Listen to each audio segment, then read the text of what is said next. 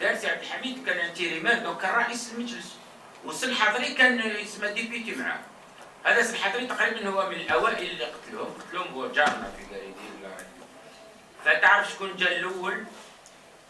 يعني انا سكنت ثما لغايه بالصحه السي عبد الحميد جا وركبني السياره تاعو، يعني شوف الشجاعه. وكي جينا خرجنا قال لي كاين واحد السياره يتبع فينا، فما دير شك باللي ارهابيين راهم يتبعوا فينا. قلت له سي عبد الحميد روح لدارك ولا روح طلع. ايفيكتيفمون رحنا وعيط للشرطه باش يعني دونك شجاعه كبيره، واحد يعني في وقت الارهاب والقتيله ويجي يعني اول واحد يجي لهذيك البلاصه اللي قتلوا فيها السيس الحضري. هذه الشجاعه. شكرا. شكرا. تفضل.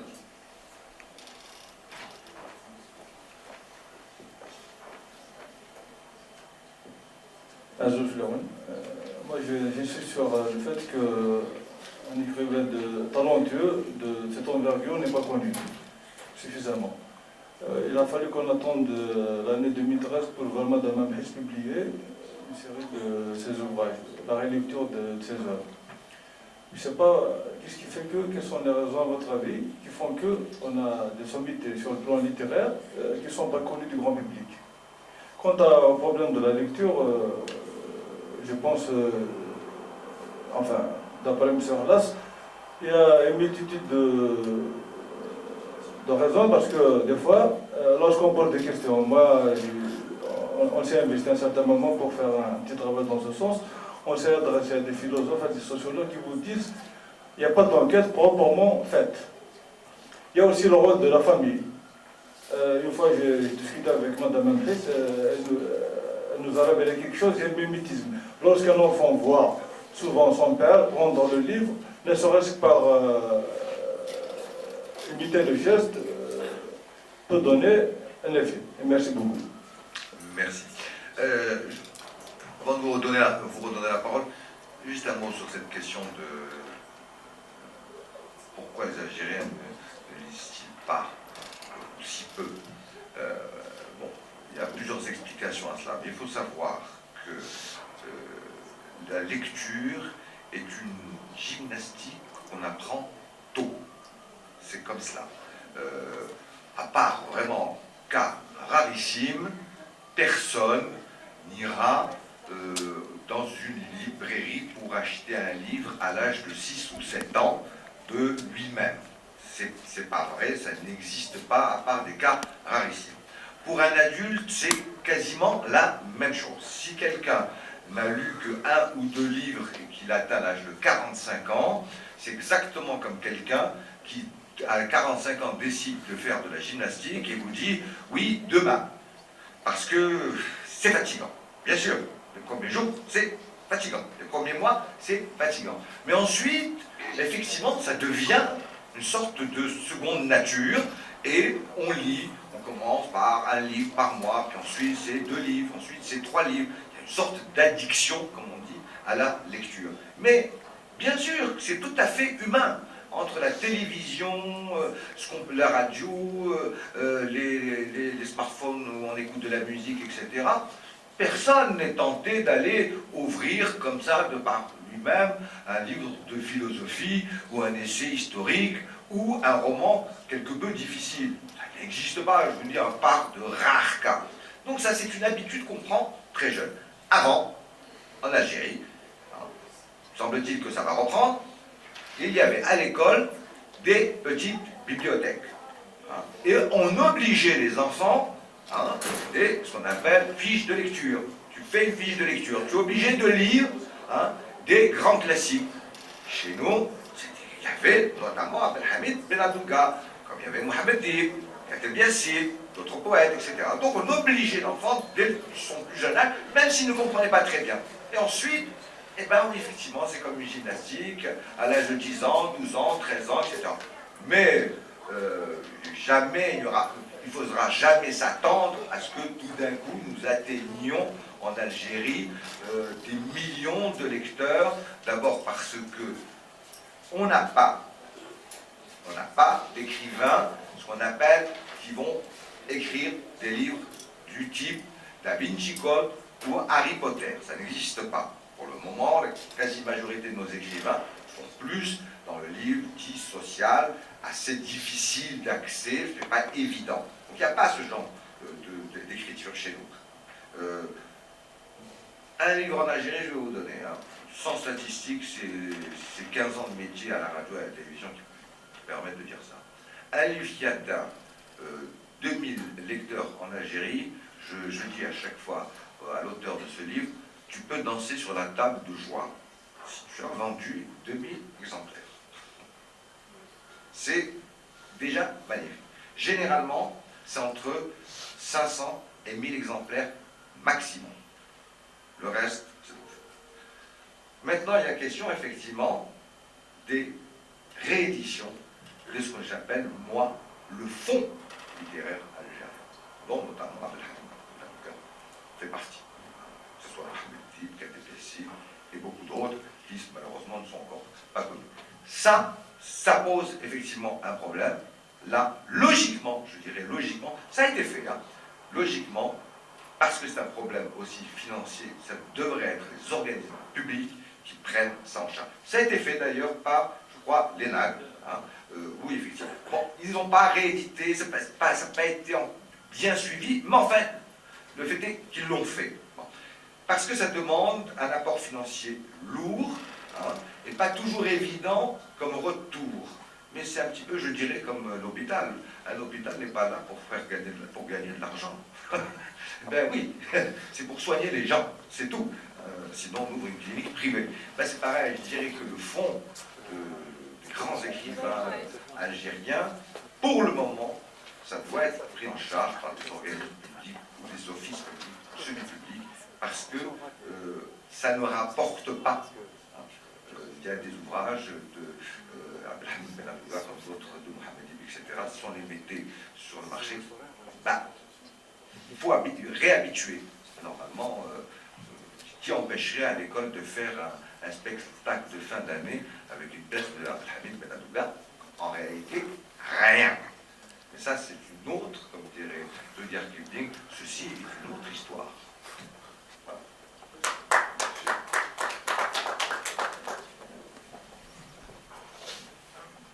فيما يخص نهضر على الوالد انا ما نهضرش على طبع الكتب. طبع كتب الوالد رحمه الله، وانا خطره سقساوني اسكو كتب الوالد تطبع. أرى أن الحلقة الضعيفة هي جبر بالتوزيع، مشكل في التوزيع. الكتاب ما يوصلش المناطق كلها، ما يوصلش المكاتب كلها، ما عندناش مكتبات في الجزائر يعني حقيقية عبر مختلف الولايات. الحلقة الضعيفة في هذه كاين نهضروا باللي أدباء مثل الوالد اللي الجيل اللي أسس هذاك، أسس كل شيء كما يقول محمد ديب، كاتب ياسين، وأدباء أستاذ جيل اللي خلص، هذوما ماشي العائلة ما تقدرش ولا تحفظ ذاكرتهم. هي مسؤولية الدولة يعني بمختلف مؤسساتها بالطبع. الوالد أنا عندما نقارنه مقارنة مع أدباء واحد آخرين أرى محظوظ، يعني بالنسبة للجزائر محظوظ، كتبه تطبع باستمرار. لكن لو كان نقارن الوالد ما يقوم به في دول أخرى مثلا في مصر أو في الدول الغربية مع أدبائهم، نرى أن فرق شاسع يعني. لذلك أنا أقول بأن المسؤولية هي أكثر مسؤولية الدولة من مسؤولية عائلية أو فردية. شكرا كثير. D'autres questions?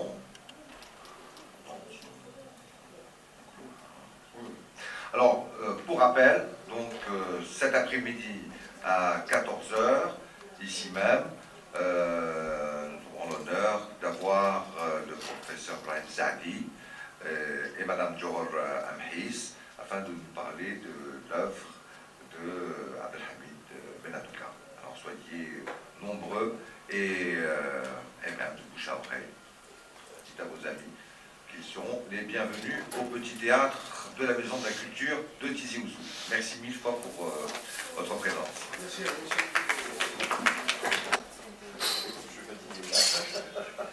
Je commence à faire. voilà. Donc,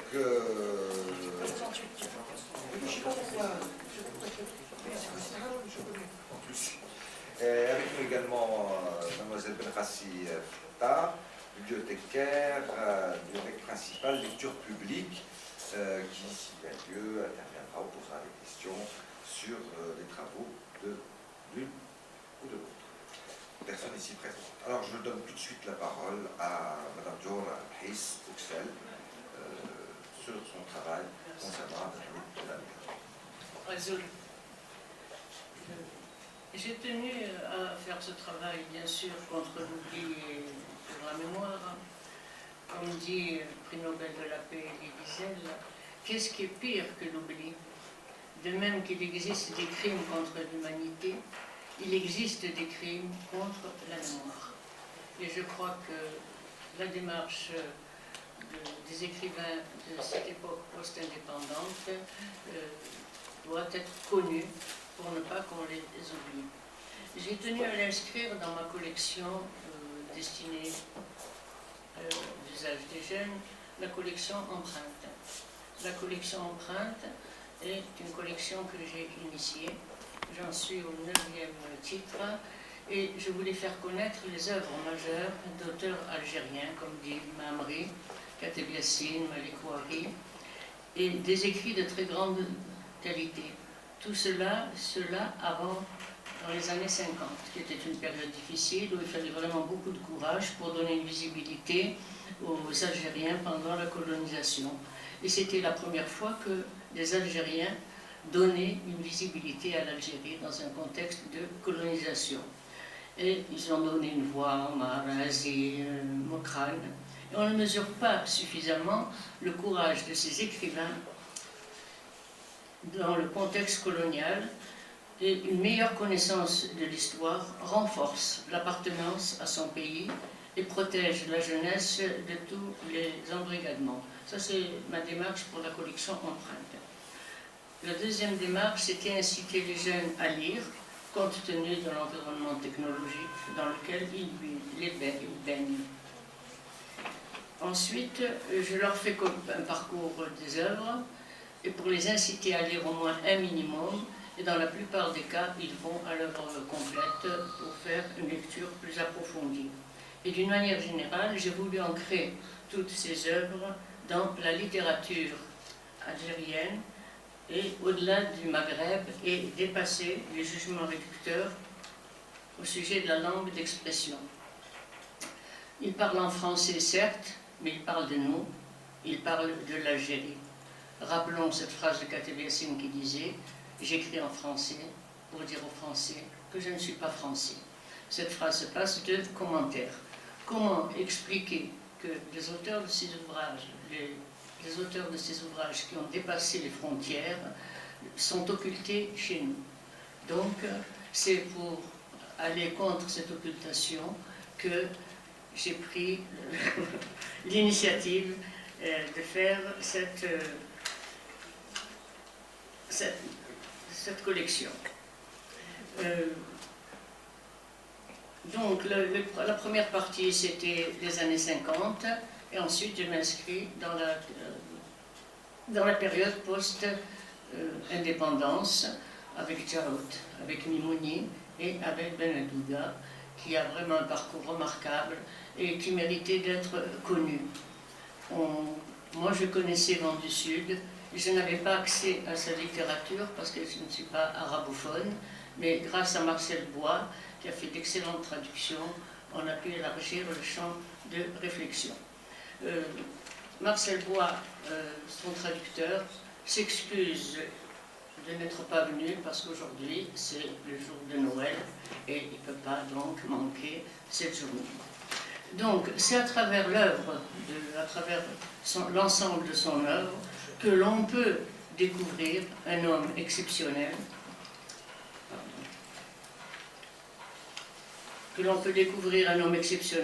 un révolutionnaire dans l'âme et surtout un homme courage, compte tenu du contexte politique de l'époque, et qui œuvre sans arrêt pour la vérité.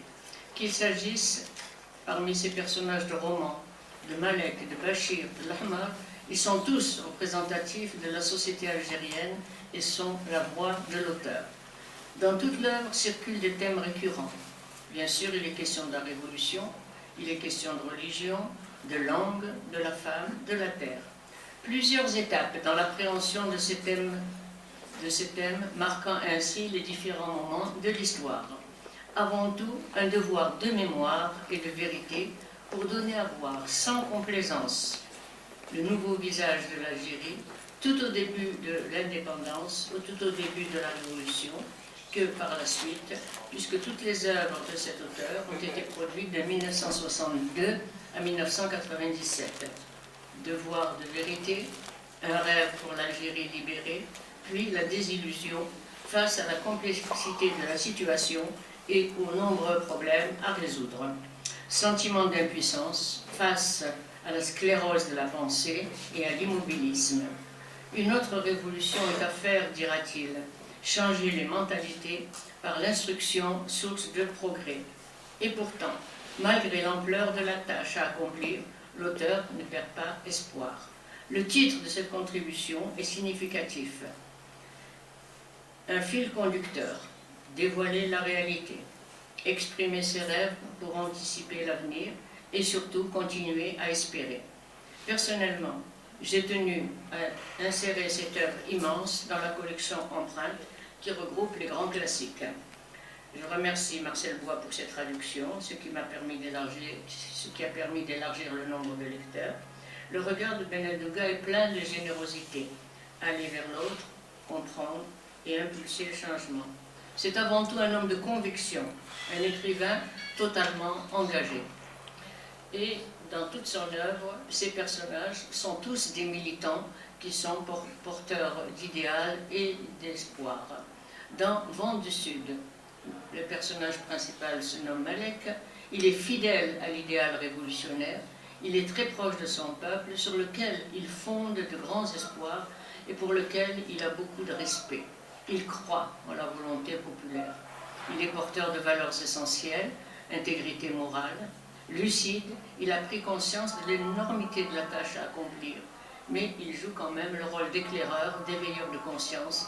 Il est persuadé, et cela je le répète plusieurs fois, que l'instruction permet de lutter contre l'ignorance et le charlatanisme, contre les attitudes fatalistes. Son désir était l'égalité sociale, notamment pour l'amélioration de la condition des femmes, et il est convaincu aussi que l'instruction donnera des armes pour lutter contre la faim. Dans l'œuvre La fin d'hier, un autre personnage aussi qui ressemble beaucoup à Malek et qui se nomme Bachir, et il a choisi de se mettre au service des habitants d'un village déshérité, oublié du monde. Malgré les entraves, malgré les embûches, il persévère. Il se heurte à des forces rétrogrades. L'imam a peur de perdre son pouvoir et son prestige. Aucun dialogue possible, dialogue de sourds. Il constate que l'école, je cite, que l'école est un tracteur et la mosquée une antique charrue. Bachir essaye d'infléchir les mentalités. Il refuse les arguments comme « c'est le colonialisme qui nous a enfermés dans cette ignorance » et d'ajouter « en un sens c'est vrai, le colonialisme nous a mis des bâtons dans les roues, mais il ne faut pas tout de même lui faire endosser toutes nos insuffisances, pas plus que faire du destin le grand responsable de notre pauvreté », je cite. L'autre lui répond « Pardon monsieur, pauvreté et richesse sont dispensées par Dieu ». Le dialogue s'arrête là, impossibilité de dialoguer. Bachir, comme Malek, a confiance dans le peuple. Il s'engage totalement, et lorsqu'il tente une discussion rationnelle, il se heurte à la compréhension et plus gravement au vide de la pensée. Pour lui, pour Bachir, il fallait brûler les étapes. Il se rend compte que le terme révolution ne recouvre pas le même sens. Pour certains, c'est un retour au passé. Pour d'autres, une porte ouverte au monde moderne, d'où difficulté à trouver un consensus. Bachir fait preuve de beaucoup de générosité en embauchant pour le ménage de l'école une femme de Harki, je déteste ce mot, et en scolarisant son fils. Les villageois manifestent leur mécontentement. Bachir aussi a une autre conception de la religion et, je cite, « Le mot Dieu n'a de sens que par rapport à l'épanouissement de l'homme. Et il rêve, je cite, d'une patrie indépendante où les hommes vivraient debout. » Dans le troisième roman, La mise à nu, tel que son titre l'indique, il va décortiquer une nouvelle société avec une nouvelle génération et il va tenter d'imposer une autre vision, comme c'est le cas d'un jeune qui se nomme Reda, étudiant. Mais dans cette œuvre-là, aucun personnage émerge réellement, mais tous apportent leur contribution à l'édification du pays. On assiste à des conflits de génération, mais la société est en marche. Dans Jaziya et les derviches, c'est un livre passionnant. Il y a un étudiant qui s'appelle Ahmad, le rouge. C'est un jeune étudiant engagé, d'une très grande intégrité, fidèle à des valeurs humanistes. Il, lui, veut un changement radical. Et une nouvelle génération de jeunes veut impulser le changement.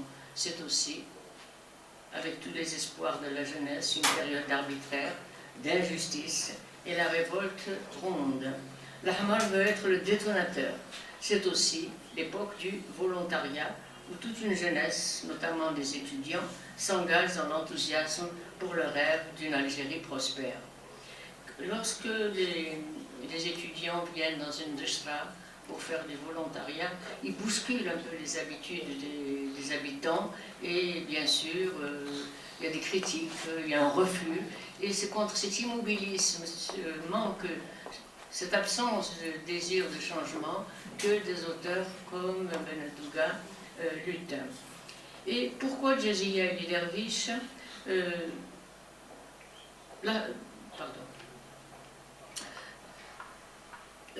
Benedouga est très ancré dans la société, mais aussi il porte en lui toute la culture collective de l'Algérie. Et il revient à Jaziya et les derviches pour montrer que ce qu'était la femme à une certaine époque et ce qu'elle est devenue maintenant. Alors, donc, ce personnage, dans Jaziya et les derviches, il y a un autre personnage qui est le poète. Le poète est un personnage désabusé qui ne se fait aucune illusion sur la nature humaine. Il est victime d'un système. Pour lui, la lutte est nécessaire pour sauvegarder sa part d'humanité. Il dénonce l'hypocrisie, le double langage, les derviches d'un nouveau genre. Tous les personnages masculins correspondent à un échantillonnage de la société. Et un autre problème auquel s'attaque avec beaucoup de générosité cet auteur, c'est la condition des femmes entre tradition et modernité. Dans Vent du Sud, Nafissa est une jeune étudiante. Elle est piégée entre les traditions sclérosantes et son désir d'évoluer. Mais, comme elle le dit elle-même, et je cite, son esprit cogné à des barrières invisibles. Elle porte en elle une grande rébellion. Elle n'accepte pas qu'on puisse disposer d'elle. Son père veut la marier au maire pour sauvegarder ses terres. C'est le temps de la réforme agraire. C'est une adolescence romanesque, elle est instruite, elle connaît le monde citadin. Sortir du ghetto lui a permis d'évoluer. Elle va incarner le rêve, le désir de modernité, et elle est en avance sur son temps. Elle étudie, elle lit, elle rêve, elle s'insurge contre l'enfermement, le statut de mineur, la conception traditionnelle du mariage, contre le charlatanisme et contre une interprétation religieuse dogmatique. Benedouga donne la voix à Nafissa qui, elle, veut être de son temps, et elle veut s'inscrire dans le temps de l'histoire. La puissance paternelle est une véritable contrainte. Elle prend conscience qu'un combat individuel est voué à l'échec. Seule, elle se sent impuissante à infléchir son destin. Et pourtant, elle va tenter une sortie. L'auteur s'interroge sur l'impact de l'atavisme et constate, je cite, que les racines de l'archaïsme seraient-elles plus profondes qu'on ne l'imaginait. Dans toute l'œuvre, l'accent est mis sur l'immobilisme et l'incapacité à vouloir changer. C'est à travers le regard d'un Nafissa que le monde rural est évoqué, car elle peut établir des comparaisons. Dans le roman La fin d'hier, tel que son titre l'indique, marque vraiment une période, une rupture, marque la rupture dans le temps historique. Comment l'écrivain réagit aux changements sociaux, comment l'Algérien réagit à tout ce qui se passe dans cette société en mutation. Arrivera-t-il à s'adapter ou encore vit-il dans le passé avec nostalgie? Bachir avait pris le maquis. Lorsqu'il revient, il trouve son village détruit et la population éparpillée. Et, coup de théâtre, il découvre par hasard qu'une femme, Orpia, qui est mariée avec un harki et qui n'habite pas loin de l'école, et il va découvrir que c'est sa femme. Et est-ce qu'il y aura une rencontre possible? Est-ce qu'il est possible qu'il y ait une reconnaissance? Et on va avoir là une attitude de femme digne et noble. Mais hélas, on ne peut pas revenir en arrière. Trop de choses ont changé. Et Bachir songe à quitter le village. C'est une histoire tragique, celle d'impossible retrouvailles. Orqia, je ne sais pas si on prononce Orqia, est une victime de la guerre. De même, sa belle-mère, comme Antigone, brave l'interdit. Elle ose. Elle veut donner une sépulture à son mari mort pour sauver l'honneur de la famille. Vous aurez les détails dans les livres. Elle fait preuve de courage au péril de sa vie. Orqia n'avait qu'un rêve, rejoindre le maquis dans l'espoir de rencontrer son mari. Orqia et Sadia sont des femmes exceptionnelles, prêtes à aller jusqu'au sacrifice suprême. Dans le roman La mise à nu, nous sommes en milieu urbain. L'auteur offre tout un échantillon de femmes, mais c'est Dalila qui va représenter une image de femme nouvelle. Elle veut être dans le temps de la modernité, mais l'environnement n'est pas prêt à accepter un tel changement. Elle brave les interdits et tente de se situer dans cette société en pleine mutation. Elle prend ses responsabilités et arrive à vaincre la peur. Elle est en situation de rupture. Son comportement invite à définir le concept de modernité. Qu'est-ce qu'être moderne? Que faut-il penser de son comportement, du comportement de Dalila, de sa conception de la liberté? Effectivement, la révolution a donné un souffle de liberté, mais Dalila pense que la liberté, c'est sa façon de se comporter d'une manière excessive, fumer, le whisky, liberté, etc. Et là, bien sûr, Benadouga met un peu l'accent sur des influences des changements trop rapides d'une révolution. Au fur et à mesure qu'on avance dans l'œuvre de Benadouga, on assiste aussi aux différentes étapes de l'évolution des femmes qui tentent de se réapproprier leur place naturelle dans cette nouvelle société qui, en réalité, ne veut rien changer, fidèle à des traditions millénaires. Dans Jazia et les derviches, dans ce roman, on verra surgir une femme de légende qui veut prendre sa place dans la société. C'est une époque très lointaine dans l'histoire. Cette présence féminine est porteuse de changement. Elle est le symbole de la quête du bonheur et bien plus, elle va révéler aux hommes tout le refoulé masculin. Pourquoi, pardon, tout le refoulé féminin. Lapsus catastrophique. Pourquoi évoquer cette légende? Pour montrer comment le rôle de la femme a évolué et a beaucoup régressé. Dans Je rêve d'un monde, et c'est vraiment l'œuvre la plus forte, c'est une œuvre testament, il y a un personnage symbole qui s'appelle Souda. On peut dire que c'est une femme ancêtre, elle est un témoin de l'histoire, et elle veut qu'on écrive son histoire, elle exige de celui à qui elle raconte l'histoire, de raconter son histoire en couleur, c'est-à-dire de bien la raconter, mais elle lui demande instamment de dire la vérité et de ne rien cacher. Et bien sûr, elle ne cache rien, et c'est cette liberté de parole qui est frappante chez elle. Elle est un témoin de l'histoire, elle fait don de son récit de vie, et elle commence comme ceci: les blocages et les tabous, ça suffit. Elle va se délivrer en toute franchise Et son récit nous renvoie à l'arrière-plan socio-historique. Elle nous fait part de son expérience, de son vécu, et à travers son récit, elle dévoile la réalité de l'époque dans toute sa vérité.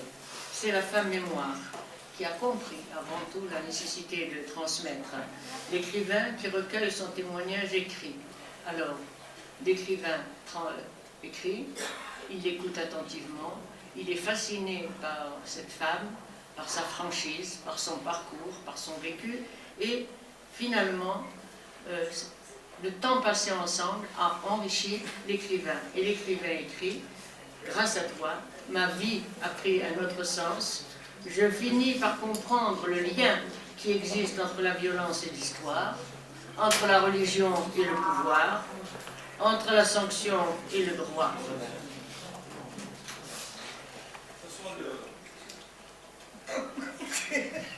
On est très discipliné. Ah oui, vous êtes indiscipliné. C'est à cause de votre lapsus. Hein. On va en discuter après. Si on est éliminé du langage, alors, et là vraiment c'est un passage très très fort, extrêmement audacieux et courageux compte tenu de l'époque, et il fait dire, ce soldat dit ces paroles qui méritent d'être méditées, et je cite, « Si on éliminait du langage quelques mots piégés, l'humanité s'en trouverait mieux. Dieu, la patrie, le système, la sécurité, le paradis, l'enfer, l'honneur, la responsabilité. Si les langues, et je continue bien sûr à citer, si les langues, les cerveaux et les sociétés s'interdisaient l'usage de ces mots, tout le monde connaîtrait le bonheur. » C'est une mère de militants qui parle, et Benedouga a choisi comme porte-parole Messaouda pour légitimer son discours, pour sa franchise et la richesse de son vécu. Benedouga aussi aborde pour cette époque-là un problème très épineux, c'est le problème, le rapport aux langues. Là, vous trouverez les indications dans le travail que j'ai fait, mais je vous donne juste quelques idées. Pour cet auteur, la langue d'un peuple qui quitte le train du... Je crois que vous allez parler des langues, donc je ne vais pas développer. La langue d'un peuple qui quitte le train du progrès ne peut pas évoluer. Nous vivons dans un environnement étranger à notre langue, étranger à notre conception de l'homme et du monde. C'est le grand débat. Benedouga préconise un enseignement de l'arabe, étape par étape. Pas de généralisation brutale, pas d'improvisation. Il aborde le problème sereinement, lui qui a choisi la langue arabe pour écrire ses romans. Et il le dit d'ailleurs, et si vous pouvez le trouver à la page 116 du document, il dit, oui, c'est pour l'Algérie une chance de voir parler français ceux de ses fils qui ont lutté pour sa libération et qui militent aujourd'hui pour son édification aux côtés de leurs frères cultivés en arabe. Une occasion unique nous est offerte par l'histoire. Si nous en profitons, comme notre langue et notre civilisation ont déjà su le faire autrefois, nous rendrons à la langue arabe la place qu'elle mérite. Bien plus, nous lui ferons atteindre cette modernisation qu'elle recherche vainement depuis des siècles, car nous voulons l'engager dans une évolution qui vienne de l'intérieur, qui la rende capable, d'une manière durable, d'enfanter à nouveau. Pour y parvenir, créons au cours de cette étape des structures qui permettront aux deux langues de communiquer. Nous sommes conscients des investissements humains, financiers et matériels à consentir.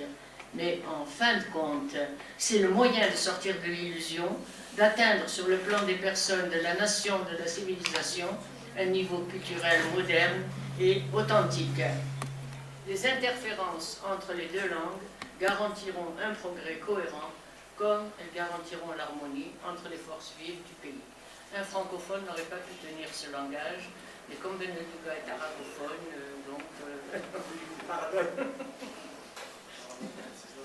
Il pose les problèmes donc d'une manière très rationnelle, et il connaît les difficultés, il connaît les enjeux politiques, et il est persuadé que la cohabitation des deux langues est un gage de progrès, permet d'aller vers l'autre et d'atteindre un niveau culturel moderne authentique.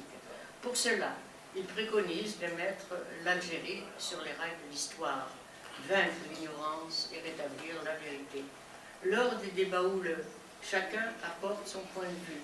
et de constater que l'Algérie est tributaire des langues étrangères. Reda, un des personnages, prône la sagesse et une période de transition, un bon enseignement des langues. Il est le porte-parole de l'auteur, qui a une conception très large et très ouverte de la culture. Dans toute l'œuvre de Douga, la terre est omniprésente et toute une génération tente de promouvoir les valeurs de Novembre. L'œuvre est un vaste panorama de l'Algérie en train de se faire. Pour citer, si vous avez accès au livre, je vous conseille de lire la préface que m'a faite le directeur de production, M. Achour. C'est vraiment un morceau d'anthologie. L'œuvre est un vaste panorama de l'Algérie en train de se faire. Pour citer Mouloud Achour dans sa magnifique préface, et je cite, « L'auteur surprend par la liberté de ton et de vocabulaire qui, sans se départir d'une grande pudeur, n'en bouscule pas moins certaines conventions, plus proches de l'hypocrisie sociale que de la bonne éducation, servi par une parfaite maîtrise de la langue, une vaste culture et une fine connaissance de la nature humaine, l'homme de lettres dont la voix, grâce à la traduction, a pu atteindre de larges auditoires chez nous et ailleurs. Sa prose est simple, fluide, expressive, et il a su transcrire dans l'univers de la fiction romanesque une diversité de situations, d'événements et de comportements individuels ou collectifs, grâce à laquelle son œuvre est un livre ouvert relatant un demi-siècle d'histoire. Je rappelle que Mouloud Achour a côtoyé et connu, était un ami de l'auteur. Je vous remercie. Si on a un peu de temps, je vous lirai le passage de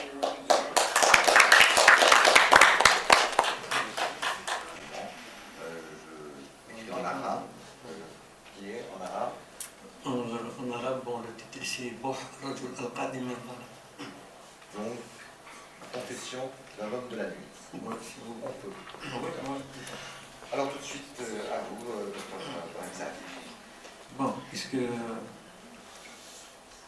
vous venez de signaler que je suis un romancier, enfin j'ai écrit 8 romans, pas un seul, mais je suis pas venu ici pour parler de moi-même en tant que romancier, mais pour parler de Ben Douga, et je vais parler en langue arabe. Parce que j'ai écrit l'intervention, elle est faite en langue arabe. في الحقيقة أنا سأتناول نقطة واحدة فقط، هي النقطة المتعلقة بالمسألة اللغوية في الجزائر، la question linguistique en Algérie، في أعمال بن هدوك. وقد يعني في الحقيقة تحدثت عن بعض المواقف محيط هدوكا السيدة التي تناولت قبل الكلمة، وبالتالي يعني لن أذكر بعض الأشياء التي وردت في كلام الأخت. كما تعلمون جميعا القضية اللغوية في الجزائر كانت قضية شائكة، كانت قضية حادة بعد الاستقلال.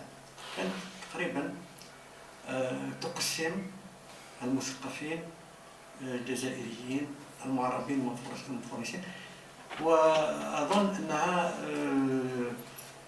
ربما الجزائريين ما كانوا يتحمسون إلى قضية أكثر من تحمسهم للمشكلة المتعلقة بالمسألة اللغوية. يعني كان كل شيء يبدو ثانويا بالنسبة للجزائريين بالقياس إلى المشكلة اللغوية.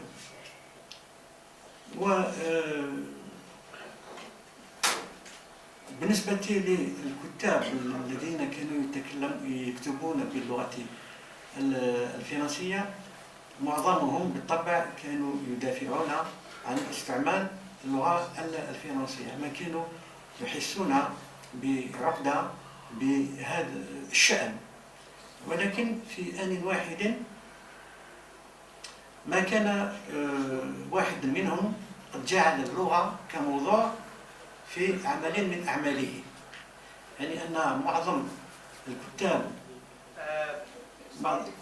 وي vous voulez intervenir? Non, c'est après. C'est très C'est donc. بعد خلي الأستاذ يكمل الكونتريبيوشن تاعو. ما خلي واش تحب تقول؟ لكن لازم حراس. أكيد مي سي بوكي. اوكي داكور. دونك معظم انا لم انتهي يعني ما تقلقش. مازال ما خلصت يعني. دونك اذا معظم الكتاب الفرنسي الجزائريين الذين يكتبون بالفرنسية تحدثوا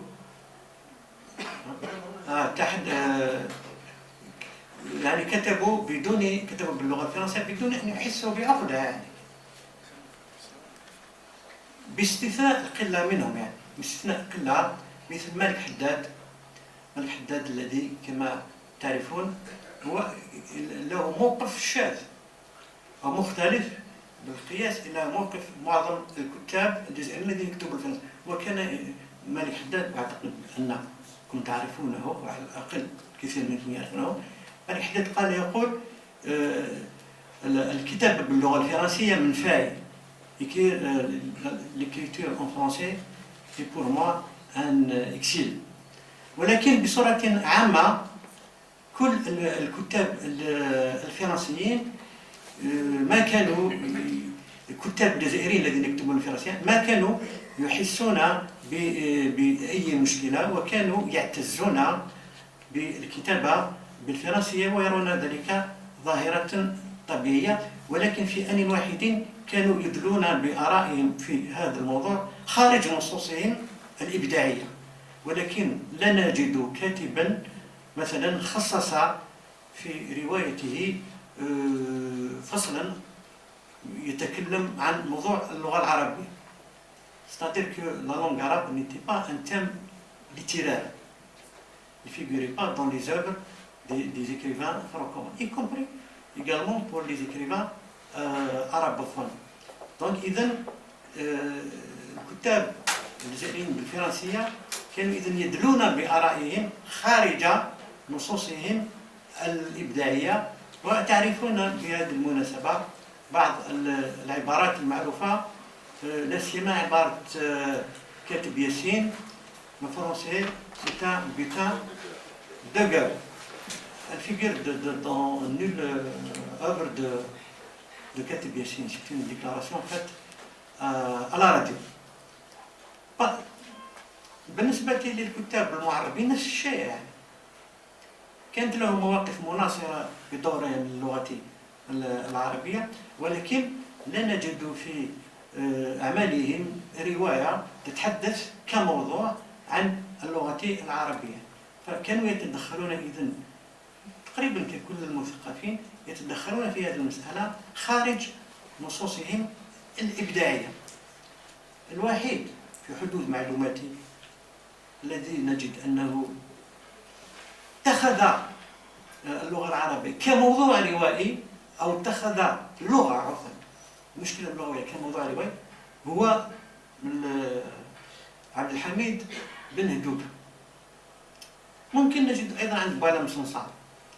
بوعلام صنصال أيضا في روايته لو سيرمون دي باربار تحدث في الحقيقة عن، لا أقول تحدث عن مشكلة اللغة العربية، ولكن تحدث عن المعربين وكذا، يعني تحدث عن، وأعتقد ممكن نديروا في آخر المداخلة مقارنة بسيطة. وبن هدوغا تطرق إلى الموضوع اللغة في روايته بان الصبح. وفي الحقيقة أنه حتى أكون دقيق في الموضوع خصص فصل فقط، والفصل الخامس أو السادس لا أتذكر جيدا للحديث عن المشكلة اللغوية. وهذا في إطار ما كان يسمى في تلك الأيام مناقشة الميثاق الوطني. ربما البعض منكم لم يعيش هذه الفترة، فهو إذن في الرواية هذه يتحدث عن مشكلة اللغة واضعا إياها في سياق في سياق مناقشة الميثاق الوطني، الشرط ناسيونال. C'est à peu près l'équivalent de la Constitution. على الأقل في ذلك الوقت الميثاق الوطني كان يعرض للنقاش، كان يعرض للنقاش الجماهيري، ليس كما هو الأمر الآن يعني يحدد لا Constitution سيلابور au niveau du Parlement. في ذلك الوقت كان على الأقل كل الميثاق الوطني كان مطروح للنقاش. وبالتالي في هذه الرواية إذن عبد الحميد بن هدوغا تحدث عن مشكلة اللغة في الجزائر في سياق في سياق النقاش الوطني الجاري آنذاك حول الميثاق الوطني، وهو يذكر ذلك يعني في الرواية. فتطرق إلى الموضوع هذا إذن، أو اتخذ جلسة مناقشة حول اللغة في إطار الحديث العام عن الميثاق الوطني، فكان ذلك هو الإطار الذي تناول فيه بن هدوغا موضوع اللغة. وسأعرض عليكم فيما بعد مختلف الآراء التي تم تداولها آنذاك في داخل هذا الفصل في إطار هذه المناقشة كما رسمها بن هدوغا في روايته. فهناك طرف، إذن هناك متدخلون يدافعون عن اللغة الفرنسية، وهناك متدخلون آخرون يدافعون عن اللغة العربية، وكل واحد منهم يقدم السبب الذي يجعله يقف مع هذه اللغة أو ضد أخرى، أو ضد لغة أخرى. يعني فيها كل واحد يعرض الرأي الذي يجعله يرى بأن الحل هو اللغة العربية، أو يرى بأن الحل هو اللغة الفرنسية. والشيء الملاحظ قبل أن أعرض عليكم هذه الآراء أن عبد الحميد بن هدوغا يعني كان يعرض تلك الآراء بموضوعها، يعني بدون تدخل، يعني كان يعطي المجال للمتدخلين سواء كانوا من المناصرين للغة الفرنسية أو للغة العربية أن يعبروا عن آرائهم بكل حرية. يعني فنحن نحس ونحن نقرأ ذلك النص أن المتكلم ليس عبد الحميد بن هدوغا، بل تلك الآراء لا تلزم عبد الحميد بن هدوغا بهذه الطريقة أو تلك. وحتى أدخل في صلب هذه المناقشة التي جرت، التي يصفها إذن عبد الحميد بن هدوغا، أقرأ لكم يعني أولا مداخلة رئيس الجلسة، يعني حتى تكتمل الصورة لديكم. إذن لأن جلسة المناقشة كانت طبعا دائما تحت رئاسة رئيس معين يدير الجلسة. إذن أقرأ لكم هذه كلمة الرئيس يفتتح بها إذن الجلسة الخاصة بموضوع اللغة فقط. إذن يقول رئيس الجلسة: نواصل أيها الإخوة شرح الباب الثالث وهو الثورة الثقافية، وفي هذا المساء نتكلم عن اللغة الوطنية من جديد، لأن بعض الإخوان بالأمس لم يفهموا جيدا هذا الموضوع. ويواصل رئيس الجلسة كلمته قائلا: يقول المشروع إن اللغة العربية عنصر أساسي للهوية الثقافية للشعب الجزائري، ولا يمكن فصل شخصيتنا عن اللغة الوطنية التي تعبر عنها.